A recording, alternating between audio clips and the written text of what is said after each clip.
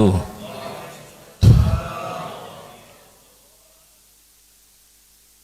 Bismillahi alhamdulillah ala nikmatillah, al khairu wasyarru bimasyiatillah, wala hawla wala quwata illa billah. Assalatu wassalamu ala rasulillah Muhammad ibni Abdillah wa ala alihi wa ashabihi wa mawala. Wa qala ta'ala, qalu subhanaka la ilma lana illa ma 'allamtana innaka antal alimul hakim. Rabbi shrah li sadri wa yassir li amri wahlul 'uqdatam min lisani yafqahu qawli, amma ba'du.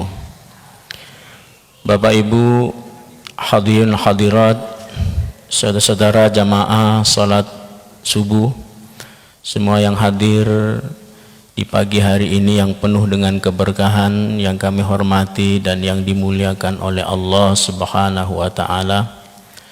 Mengawali jumpa kita di pagi hari ini dengan mengucapkan kalimat alhamdulillahi rabbil alamin, sebagai rasa syukur kita kepada Allah Subhanahu wa taala atas segala karunia, nikmat dan kebaikan serta hidayahnya yang sudah Allah curahkan, limpahkan, berikan kepada kita di sepanjang hidup ini, khususnya pagi hari ini. Tentunya pagi hari ini kita bisa hadir datang untuk memenuhi panggilan Allah Subhanahu wa taala dalam melaksanakan, mengerjakan ibadah salat subuh yang baru saja kita selesaikan. Mudah-mudahan saja ibadah salat subuh kita diterima oleh Allah Subhanahu wa taala.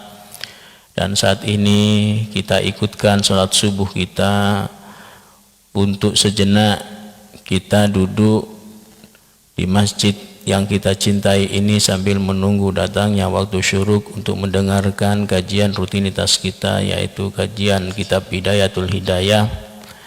Semoga saja semuanya ini menjadi rangkaian amal ibadah yang diterima oleh Allah Subhanahu wa taala.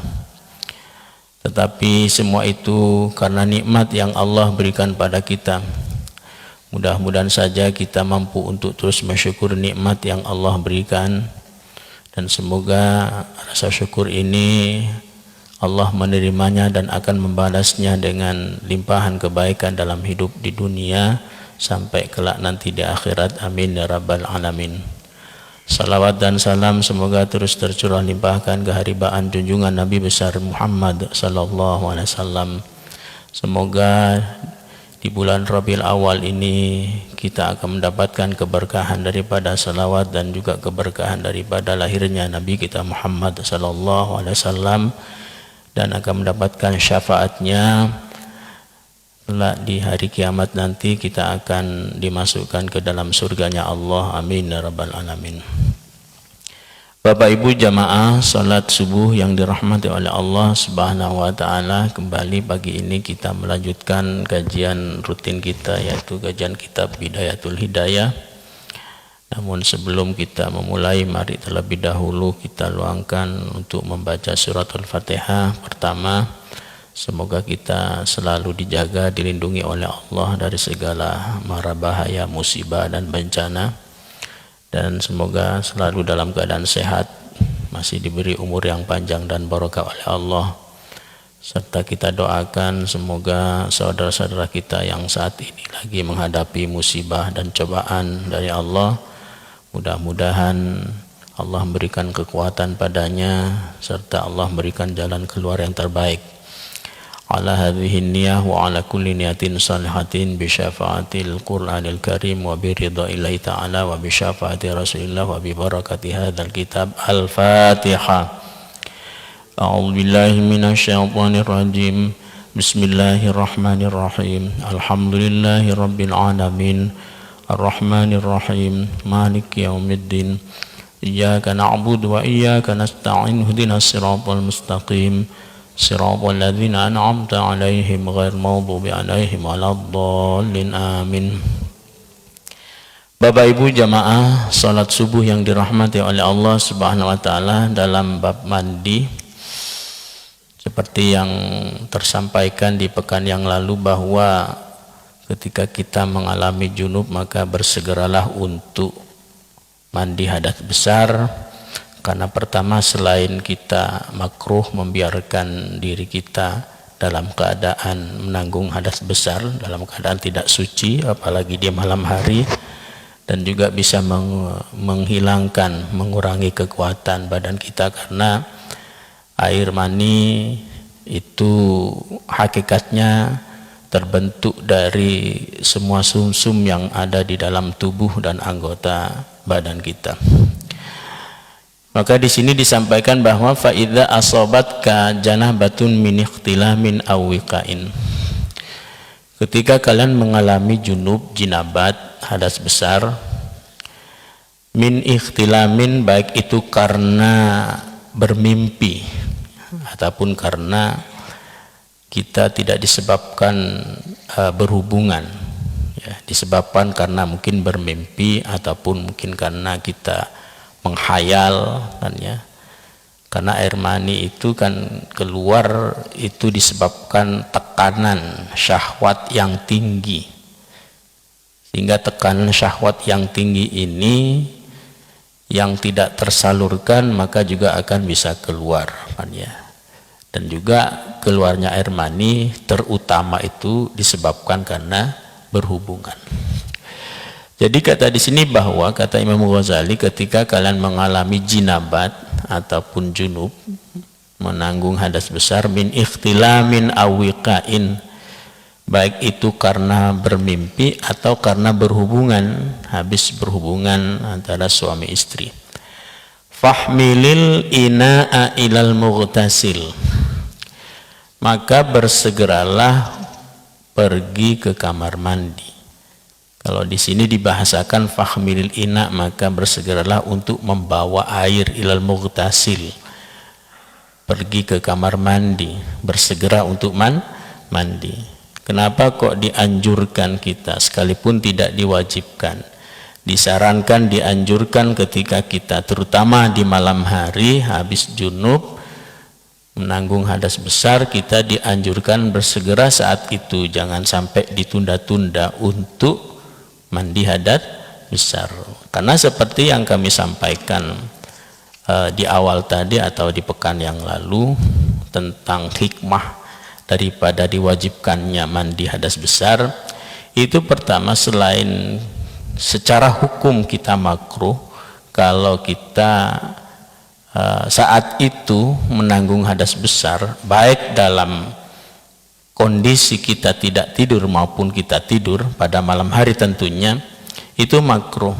Yang kedua, karena keluarnya air mani ini itu bisa mengurangi kekuatan badan, sehingga untuk memulihkan tenaga yang menyebabkan nantinya kemalasan kita untuk beraktivitas, terutama beribadah di malam hari. Seandainya kita biasanya malam hari bisa bangun malam untuk sholat tahajud, karena saat itu di awal-awal malam kita selepas berhubungan tidak langsung mandi, pada saat itu kita juga tidak bisa untuk bangun karena malas, badan terasa berat, ya. Bahkan disampaikan di pekan lalu bahwa terasa beratnya seseorang yang menanggung hadas besar itu melebihi daripada beratnya beban yang membani, yang dipikul dirinya. Kenapa? Karena beratnya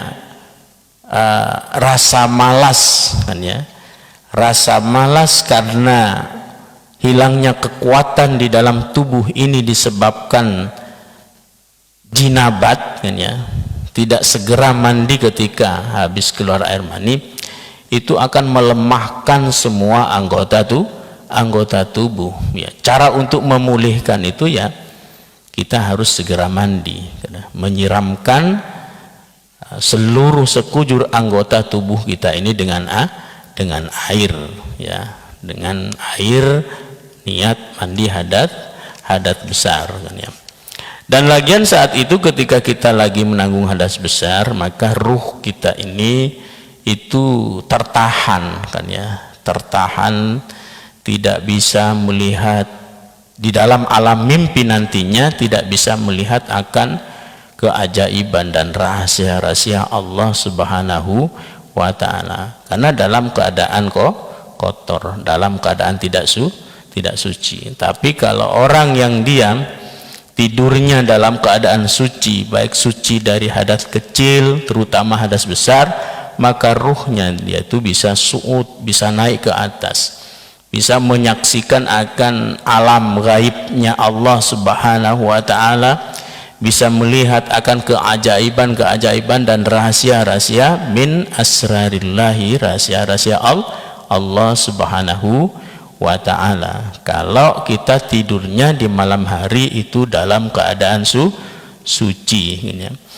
Bapak Ibu jamaah salat subuh yang dirahmati oleh Allah Subhanahu wa ta'ala, kemudian bagaimana langkah-langkahnya, cara-caranya ataupun langkah-langkahnya kita untuk mandi hadas besar, ya, yang sesuai dengan tuntunan dan juga adab, cara-cara yang baik. Di sini disampaikan bahwa yang pertama, waghsil yadaika awalan salasan. Pertama, sebelum kita memulai untuk menyiramkan air ke tubuh kita dalam untuk menghilangkan hadas besar, yang pertama kata di sini waghsil yadaika awalan. Pertama kita cucilah atau basuhlah kedua tanganmu awalan, pertama kali, salatan, tiga kali. Jadi sebelum kita memulai untuk mandi hadas besar, maka terlebih dahulu tangan kita dicuci sampai tiga kali. Kemudian wa auzil ma'ala yadaika min qadrin. Setelah kita selesai mencuci kedua tangan, ya, ketika akan memulai mandi hadas besar, maka langkah yang berikutnya itu sebelum kita memulai, terlebih dahulu kata di sini auzil ma'ala badanika min qadrin. Bersihkan dulu, hilangkan dulu, sucikan dulu kotoran-kotoran yang ada di badan kita. Barangkali mungkin di dalam tubuh kita ada kotoran, kan ya. Apalagi dalam tubuh kita ini ada benda-benda yang bisa mencegah akan masuknya air ke kulit, ya, seperti mungkin ada catnya ataupun ada bekas pena, bolpen, kan ya, atau mungkin ada minyaknya, mungkin di wajah kita ada bedak yang sekiranya mencegah, manik yang menjadi pencegah masuknya air. Semuanya itu harus dibersihkan terlebih dahulu sebelum kita memulai untuk mengawali mandi hadas besar, ya. Jadi pertama itu kita menyucikan ataupun membersihkan kedua tangan, yang kedua itu membersihkan semua anggota tubuh kita ini dari kotoran, ya. Wa tawaddo kama sabaqa wudu'uka lis-sholati. Setelah kita mencuci tangan, kemudian kita juga sudah membersihkan badan kita dari semua kotoran dan penghalang masuknya air ke dalam kulit kita, agar mandi hadas kita itu bisa sah, bisa merata air ini menyentuh pada kulit kita. Maka yang berikutnya ini, sebelum kita memulai untuk mandi, kita harus berwudu terlebih dahulu seperti layaknya kita berwudu ingin sholat. Namun yang perlu kita ketahui Bapak Ibu jamaah salat subuh yang dirahmati oleh Allah Subhanahu wa ta'ala, niat kita berwudu ini itu ketika akan mandi hadas besar, kalau kita sebelumnya junub itu masih dalam keadaan suci, ya, ini perlu kita perhatikan, kan ya, niatnya, karena nanti niatnya berbeda, kan ya. Jadi wudu ini memang menjadi kesunatan daripada mandi hadas besar.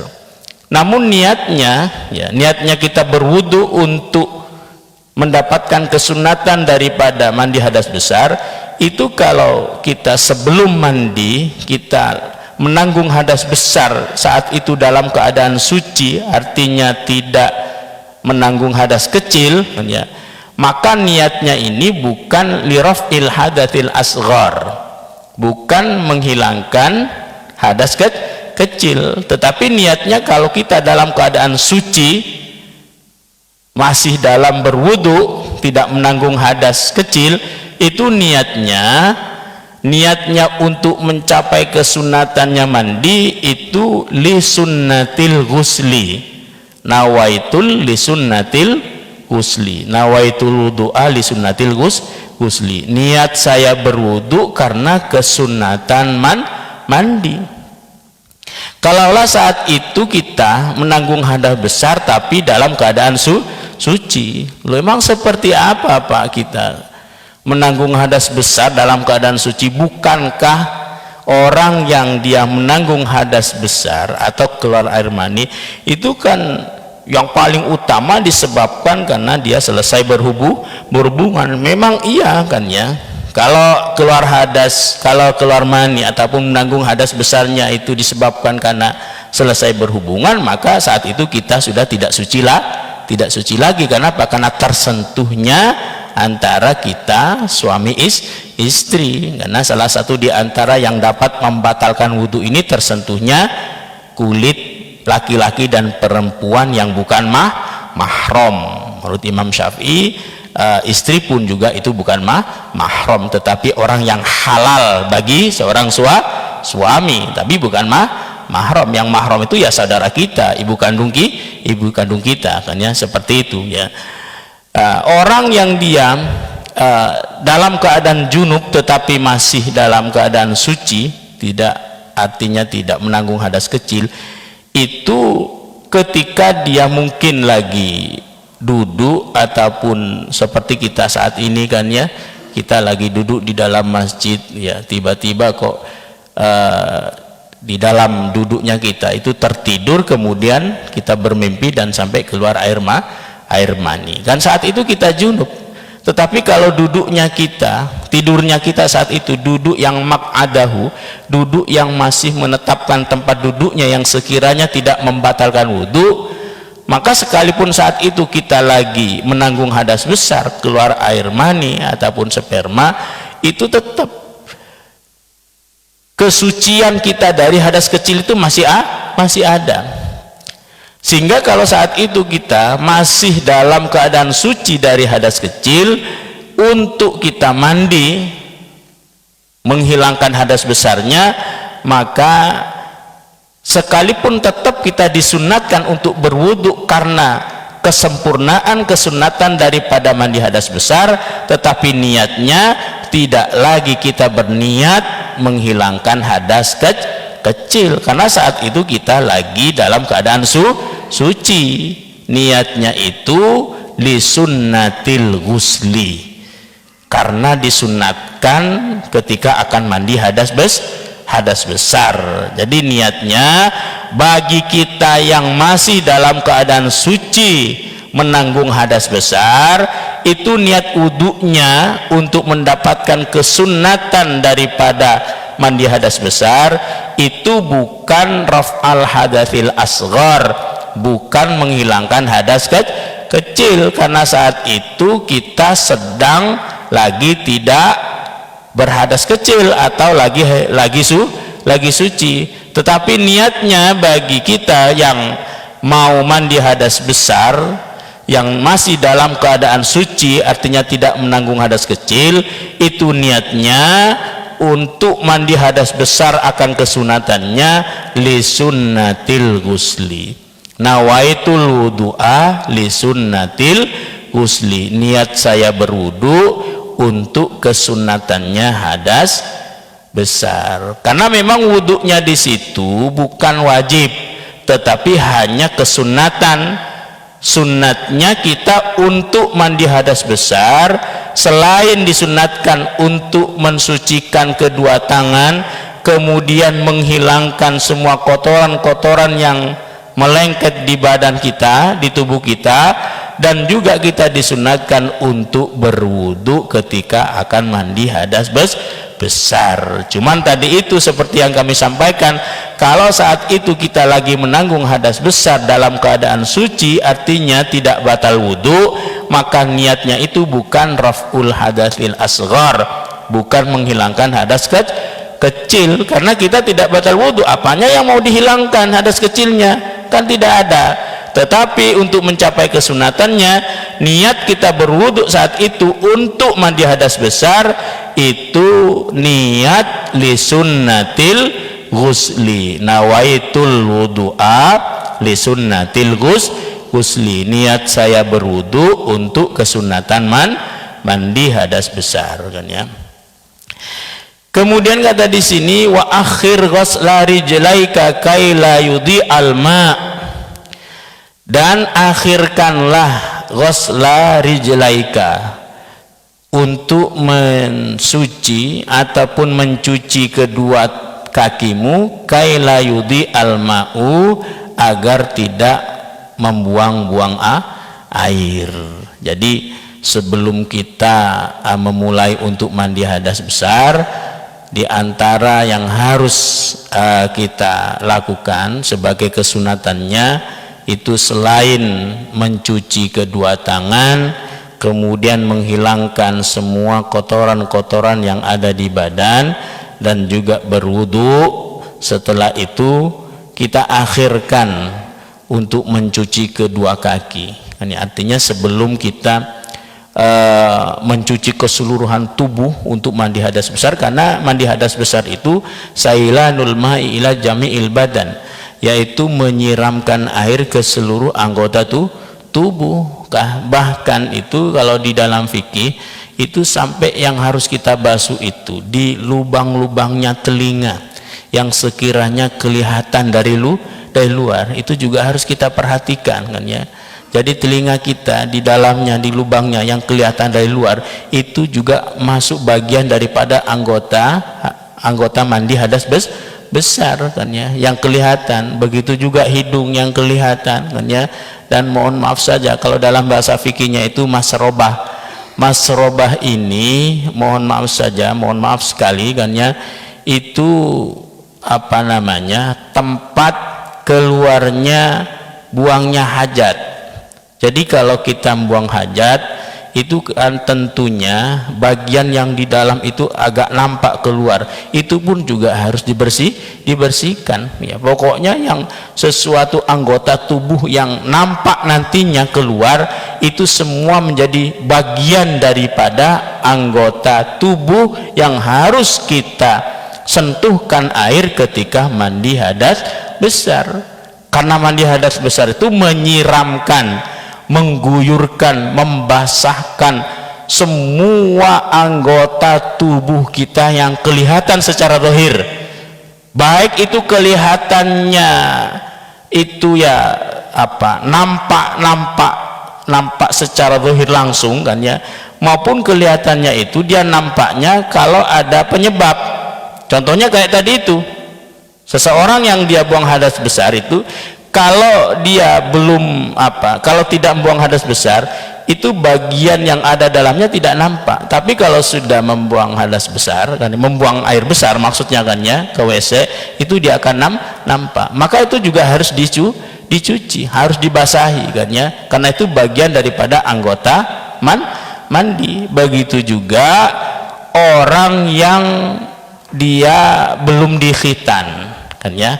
Kalau dalam bahasa fikihnya itu tahtal aklaf, di bawahnya kulupnya alatnya orang laki-laki yang belum dikhitan, itu juga harus dibasuh kalau mandi hadas besar ataupun kalau memandikan mayit.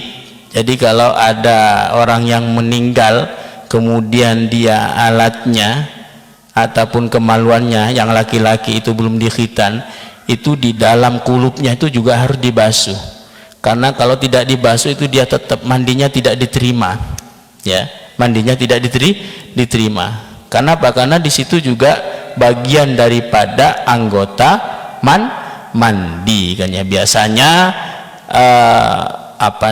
orang yang dia belum dikhitan ataupun masih kulup, itu ya dialami oleh anak-anak bayi, anak-anak yang umur 1 tahun 2 tahun, kan biasanya belum dikhitan kalau di Batam, kan ya.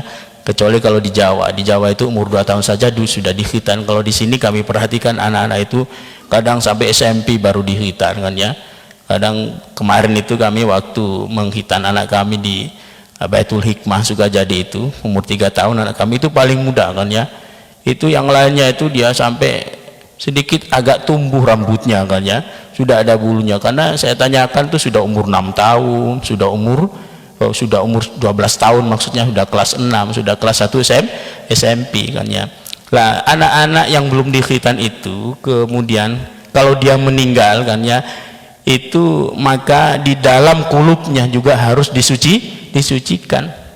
Di dalam kulupnya harus dibersihkan. Kalau di dalam kulupnya tidak dibersihkan, sekalipun dia sudah memandikan mayatnya, maka mandinya tidak sah kan ya. Kenapa? Karena ada bagian yang belum tersentuh air kan ya. Jadi Bapak Ibu jamaah salat subuh yang dirahmati oleh Allah Subhanahu wa taala, kata di sini bahwa kita disunatkan, dianjurkan untuk mengakhirkan ketika mandi hadas besar untuk membersihkan, mensucikan, menyiramkan kedua kaki. Agar apa? Agar tidak menyia-nyiakan air. Fa idza faragta minal wudu'i fasubbil ma'a, maka kalau sudah selesai berwudu, siramkanlah air ala ra'sika kan ya. Jadi pertama itu cara untuk memulai kita mandi hadas besar, siramkan dulu air itu ke kepala salasan 3 kali. Wa anta nawin raf'al hadathi minal jinabat, sambil kita berniat saat itu untuk menghilangkan hadas besar ataupun menghilangkan jinabat, mandi jinabat. Thumma ala syaqqikal aiman, kemudian siramkanlah juga pada anggota tubuh yang sebelah kanan. Dimulai dari kepala kita untuk memulai mandi hadas besar, sambil di situ berniat mandi junub ataupun mandi wajib, dan setelah itu siraman yang berikutnya kita siramkan ke anggota tubuh bagian kanan 3 kali. Thumma ala aisar, kemudian bagian kiri salasan juga 3 kali. Wadluk ma aqbala min badanika wa ma adbara, dan setelah semuanya itu tersiramkan air, sebelah kanan tersiramkan sampai ke bawah, sebelah kiri juga tersiramkan sampai ke bawah, kemudian kita menggosok-gosok ataupun kita sambil memijat-mijat kan ya, menggosok-gosok anggota tubuh baik yang di depan maupun yang di belakang. Apa tujuannya? Untuk meratakan, seperti halnya kita meratakan ketika berwudu. Karena untuk meratakan, menyampaikan air pada anggota wudu ataupun pada anggota mandi hadas besar kan ya, biar merata airnya itu tidak harus kita pakai air semuanya, tapi bisa kita ratakan dengan tangan kan ya. Jadi setelah kita menyiramkan air ke kepala pertama kali kita lakukan, kemudian setelah itu menyiramkan air ke bagian anggota tubuh yang sebelah kanan 3 kali, kemudian setelah itu menyiramkan air ke anggota tubuh bagian kiri juga 3 kali kan. Itu tujuannya itu biar kita tidak terlalu banyak menggunakan air. Setelah kita menyiramkan semuanya, kita anggap itu sudah agak sedikit merata, maka lalu kita gosok-gosokkan anggota tubuh ini baik bagian depan maupun belakang. Bahkan kalau dalam fikih ini digosokkan sambil dipijat-pijat ya, imrarul yadaini ila jami'il badan, yaitu menyampaikan, menjalankan, menggosokkan tangan ini ke seluruh anggota tubuh yang tercapai pada tangan. Di belakang mungkin kita gosokkan seperti ini, dan sambil memijat-mijat, terutama bagi kita yang berlebih itu kulitnya, artinya orang yang gemuk, tentunya banyak lipatan lah, lipatannya itu harus digosok-gosokkannya, harus dibuka sedikit kan ya, jangan sampai dibiarkan begitu saja hanya menyerapkan air. Khawatir air tadi itu yang kita siramkan ini tidak masuk ke celah-celah lipatan-lipatan tubuh. Itu caranya biar sempurna, karena mandi hadas besar ini juga menentukan kan ya, kalau mandi hadas besarnya kita tidak sah, tentunya tidak diterima oleh Allah. Kalau sudah tidak diterima, karena gara-gara tidak merata siramannya air ke anggota tubuh kita, ke semua seluruh anggota hadas besar kita ini, mandi hadas besar, maka menyebabkan nanti semuanya ibadah kita tidak diterima oleh Allah. Bagaimana mungkin Allah akan menerima ibadahnya orang yang lagi menanggung hadas besar? Oleh karena ini, maka ini juga harus kita perhatikan, jangan sampai kita menganggap enteng, jangan sampai kita menganggap remeh kan ya. Kenapa? Karena ini juga menentukan akan diterimanya semua ibadah yang kita kerjakan di setiap harinya, terutama ibadah sholat yang harus bersih suci dari najis dan juga hadas kecil maupun hadas besar. Sama halnya dengan kita dianjurkan untuk mensucikan kan ya dari air kencing kan ya, bagi orang laki-laki terutama kan ya, sampai dianjurkannya untuk mendehem 3 kali, kemudian diurut-urut kan ya, dan juga harus memperhatikan kan ya, memperhatikan jangan sampai cipratan air kencing itu mengena ke tubuh kan ya, sehingga membuat tubuh kita itu najis kan ya. Itu tujuannya itu agar kita tidak terkena najis, apalagi kita mau sholat. Kalau saat itu kita habis kencing, kita hanya biasa-biasa saja untuk membersihkannya, mensucikannya, kemudian setelah kencing kita tidak terlalu memperhatikan, lalu kita wudhu dan sholat, maka sholat kita satu tidak sah. Kenapa? Karena kita masih ada tanggungan najis ataupun di dalam tubuh kita, baik baju maupun yang lainnya itu masih ada najisnya. Itulah yang harus kita perhatikan. Kelihatannya sederhana, kelihatannya sepele, tetapi itu justru mempengaruhi hal yang besar. Kenapa? Karena akan menyebabkan ibadah sholat kita terutama tidak diterima oleh Allah Subhanahu wa ta'ala. Hal-hal yang kecil seperti ini yang harus kita perhatikan kan ya.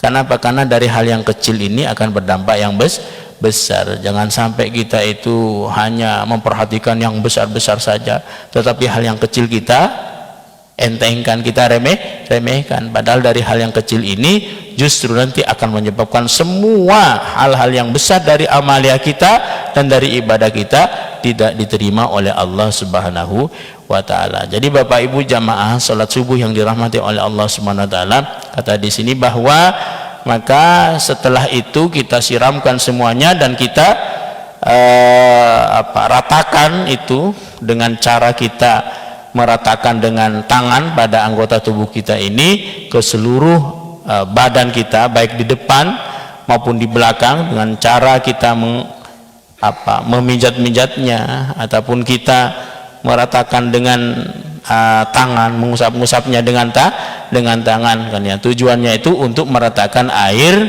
ke anggota tubuh kan ya. Wa adbaroha wa khallil sya'ra ra'sika wa lihyatika wa ausilil ma, dan juga celah-celailah rambut yang ada di kepalamu.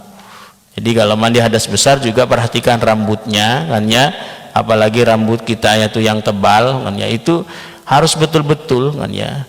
Jangan sampai air ini tidak masuk karena terhalang rambut. Harus kita celah-celahi ya, dengan cara kita menggosok-gosokkan tangan ke dalam rambut ya, baik itu yang tebal maupun yang tipis. Wahdhar antamussa dzakaraka ba'dal wudu fa in asabathu yaduka fa'iddil wudu'a.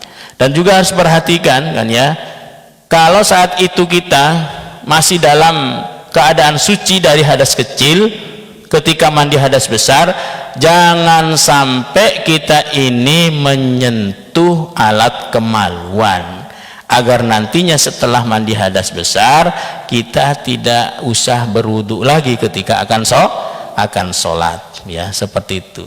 Kalau seandainya saat itu kita mandi hadas besar menyentuh alat kemaluan, maka wudhu kita batal, sehingga nanti kalau selesai mandi hadas besar kita harus berwudhu lagi. Artinya kalau ingin mempertahankan akan hadas kecilnya kita, wudhunya kita di saat kita mandi hadas besar, maka jangan sampai kita melakukan hal-hal yang dapat membatalkan wudhu, diantaranya menyentuh kemaluan. Itu salah satu di antara akan kesunatannya, kesempurnaannya mandi hadas besar. Bapak Ibu jamaah sholat subuh yang dirahmati oleh Allah Subhanahu wa taala, mungkin sampai ini yang kami bacakan dari kitab Bidayatul Hidayah ini. Barangkali ada yang mau ditanyakan sebelum kami tutup pengajian kita di pagi hari ini. Assalamualaikum warahmatullahi wabarakatuh. Waalaikumsalam warahmatullahi wabarakatuh. Izin bertanya Ustadz, ini pertanyaan dari jamaah yang pengajian pekan sebelumnya. Nah, sebetulnya sudah dijawab sama Ustadz, tapi saya tanyakan lagi, mudah-mudahan jadi pengetahuan buat yang lainnya. Yaitu pertanyaannya adalah kondisi jika tidak ada air untuk melaksanakan mandi hadas besar, apa yang harus dilakukan Ustaz? Demikian, terima kasih. Assalamualaikum warahmatullahi wabarakatuh. Oh ya, seperti juga yang dialami oleh sahabat dulu ketika dia lagi hadas besar kemudian tidak ada air, kemudian dia bertayamum. Cuman saat itu sahabat kan dia salah cara tayamumnya, dia langsung menaburkan semua debu ke seluruh anggota tubuhnya, bahkan dia guling-guling di pasir sampai mendapatkan teguran dari Rasulullah, kamu kenapa kok guling-guling di pasir? Saya lagi tayamum ya Rasulullah, karena saya semalam itu lagi berhubungan dengan istri sehingga menanggung hadas besar, sedangkan di sini tak ada air. Ya benar, tapi caranya tidak gitu kata Rasulullah. Jadi tayamum itu baik menanggung hadas kecil maupun hadas besar itu sama caranya, yaitu hanya dengan cara kita mengusapkan debu yang ada di tangan ke muka serta kedua tangan. Jadi Bapak Ibu jamaah sholat subuh yang dirahmati oleh Allah, salah satu di antara yang menjadi yang bisa menggantikan wudhu ataupun hadas besar dengan tayamum itu faqdul ma, tidak adanya air saat itu, ataupun kita terhalang untuk menggunakan air mungkin karena demam ya. Cara untuk kita menghilangkan hadas besar mandi junub ataupun menghilangkan hadas kecil untuk berwudu, maka harus tayamum, karena tayamum ini sebagai pengganti daripada wudu dan mandi hadas besar. Sehingga niatnya tayamum itu kan tidak lagi menghilangkan hadas, tetapi biar kita bisa sholat. Nawaitu tayamuma li, apa itu niatnya? Nawaitu tayamuma, apa itu Pak? Kok lupa kan ya, karena tak pernah tayamum Pak ya.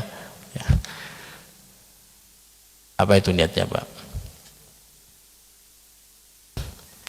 Jadi niat tayamum itu bukan untuk menghilangkan hadas kecil maupun besar, tetapi niat tayamum ini untuk biar kita diperbolehkan sholat kan ya.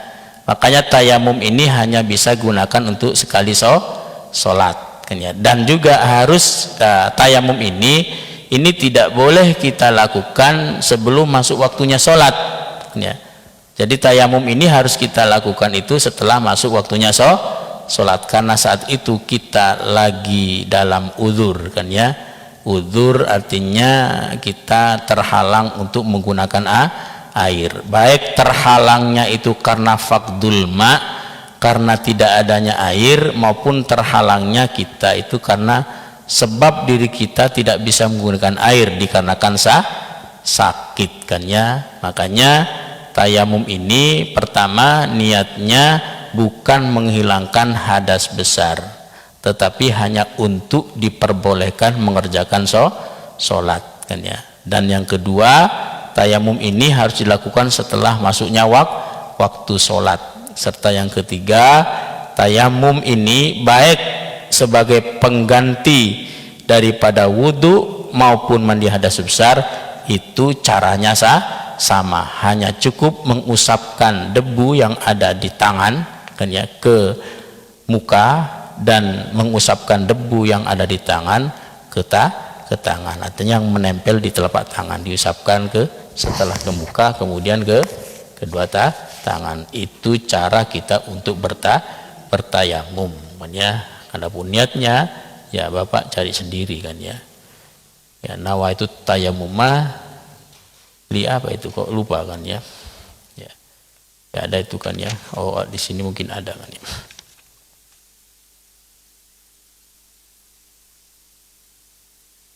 Jadi niat tayamum ini bukan menghilangkan hadas, ya, tetapi hanya untuk biar diperbolehkan kita untuk sholat ya, saat itu. Ya. Ya mungkin itu Pak ya. Barangkali ada yang mau tanyakan lagi Pak. Nah niatnya itu nawa itu tayumma listibahati sholati kan ya, li istibahati sholati. Nawa itu tayamuma li istibahati sholati. Niat saya tayamum biar diperbolehkan untuk sholat. Bukan nawa itu tayamuma li raf'il hadathil asghar, karena saat itu yang bisa menghilangkan hadas kecil dan besar hanyalah air kan ya, bukan debu, bukan tanah. Kalaulah seandainya kita diperbolehkan untuk menghilangkan hadas kecil dan besar dengan tanah, itu hakikatnya bukan menghilangkan, tapi hanya sementara kita diizinkan kan ya, sementara kita diizinkan biar bisa sholat, karena syarat sah daripada sholat itu harus bersih dari hadas kecil dan besar. Makanya niatnya nawa itu tayumma li istibahati fardis sholati. Niat saya tayamum karena untuk diperbolehkannya mengerjakan sholat ya. Ya mungkin itu Pak ya. Jadi diperbolehkan tayamum karena faqdul ma, tidak adanya air, kemudian karena terhalangnya untuk menggunakan air, baik itu karena sakit, demam. Biasanya kalau orang demam itu kan tak boleh disentuh air kan ya. Kalau disentuh air nanti bisa tambah parah demamnya kan ya. Makanya gimana caranya saat itu kita akan sholat sedangkan kita demam, ya harus tayamum kan ya, sekalipun di rumah ada air kan ya, seperti itu. Karena sholat itu bagaimanapun tidak boleh ditinggalkan, kondisi apapun, sekalipun kita sakit kan ya, selagi nafas masih ada di badan kita, maka kita tetap wajib untuk sholat dengan cara sebisa mungkin, sekalipun sangat sederhana sekali caranya kan ya. Bahkan dalam fikih ini juga ketika kita lagi perjalanan kan ya, saat itu kita harus sholat sedangkan pakaian kita najis, itu juga diperbolehkan kan ya. Kenapa? Karena yang terpenting kita sholat kan ya. Kondisi itu bisa ngikutin. Kalau kita dalam keadaan normal ya silakan normalkan persyaratannya kan ya, sesuai dengan aturannya. Kalau kita dalam kondisi tidak normal ya bagaimana mungkin kita akan normalkan kan ya.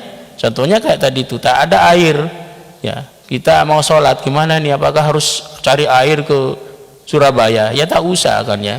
Kalau kita masih mau cari air ke tempat yang lain yang jauh kan ya, nanti keburu waktunya sholat habis. Maka haruslah kita gunakan dengan cara yang lain, yaitu dengan cara tayamum, sekalipun niatnya itu berbeda ya. Berbedanya itu kalau wudhu untuk menghilangkan hadas, kalau tayamum itu untuk diperbolehkannya sholat, sehingga niatnya li istibahati fardis sholati, untuk diperbolehkannya sholat. Begini saja Pak ya untuk jumpa kita pada pagi hari ini, dan juga untuk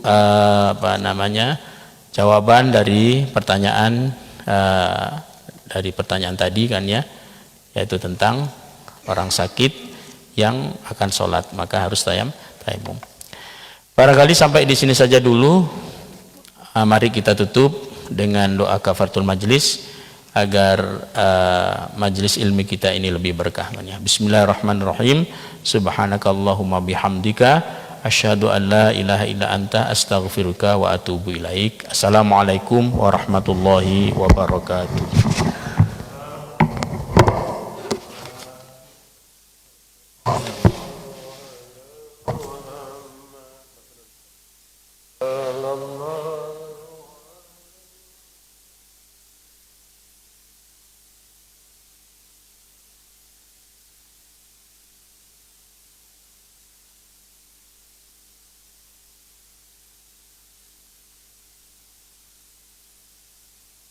Amin.